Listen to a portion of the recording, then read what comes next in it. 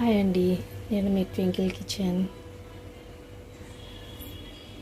ఈరోజు మనము దోసకాయ టమాటా కర్రీ ఎలా చేయాలో ఒకసారి చూద్దాం. దానికి కావాల్సిన ఐటమ్స్: కట్ చేసిన దోసకాయ ఒకటి పెద్దది, 4 టమాటాలు, కారం, ఉప్పు, పసుపు, అల్లం పేస్టు, అల్లం వెల్లుల్లి పేస్టు, 2 కరివేపాకు రెబ్బలు, కొద్దిగా కొత్తిమీర.